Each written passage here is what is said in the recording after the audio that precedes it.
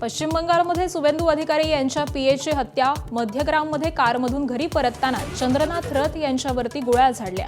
नियोजनबद्ध पद्धतीने हत्या केल्याचा सुवेंदू यांचा आरोप. पश्चिम बंगालच्या विधानसभेचा कार्यकाळ आज संपणार. राजीनामा न देण्यावरती अजूनही ममता बॅनर्जी ठाम. आज अखिलेश यादव समर्थन देण्यासाठी पोहोचणार.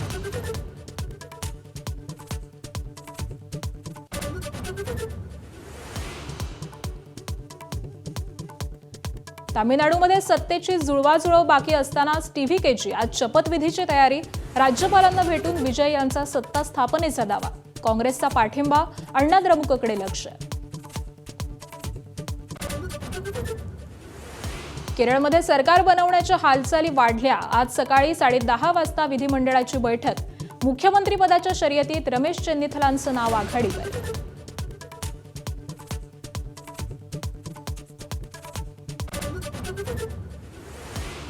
बिहारमध्ये सम्राट सरकारचा पहिला मंत्रिमंडळ विस्तार. भाजपचे 12 मंत्री तर जेडीयूत नितीश कुमारांचे पुत्र निशांत यांच्यासह 11 मंत्री शपथ घेण्याची शक्यता.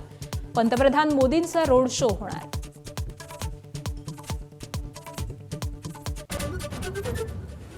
राज्यातील महिला अत्याचाराचं सत्र थांबेना. पुण्याच्या पर्वती भागात सख्या आजोबाकडूनच 9 वर्षांच्या चिमुरडीवरती अत्याचाराचा प्रयत्न.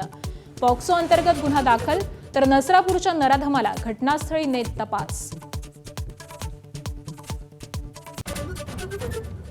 राज्यभरात ठिकठिकाणी पाणी टंचाईच्या झळा तीव्र.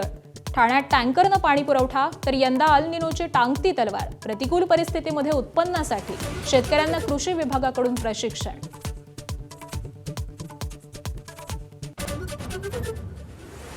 नाशिकच्या काळाराम मंदिरात मुख्यमंत्र्यांच्या हस्ते धर्मध्वजाची प्रतिष्ठापना.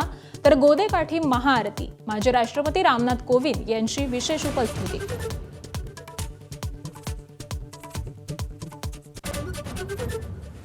पंजाबला 33 धावांनी हरवत हैदराबाद गुणतालिकेमध्ये टॉपवर. पंजाबचा सलग तिसरा पराभव.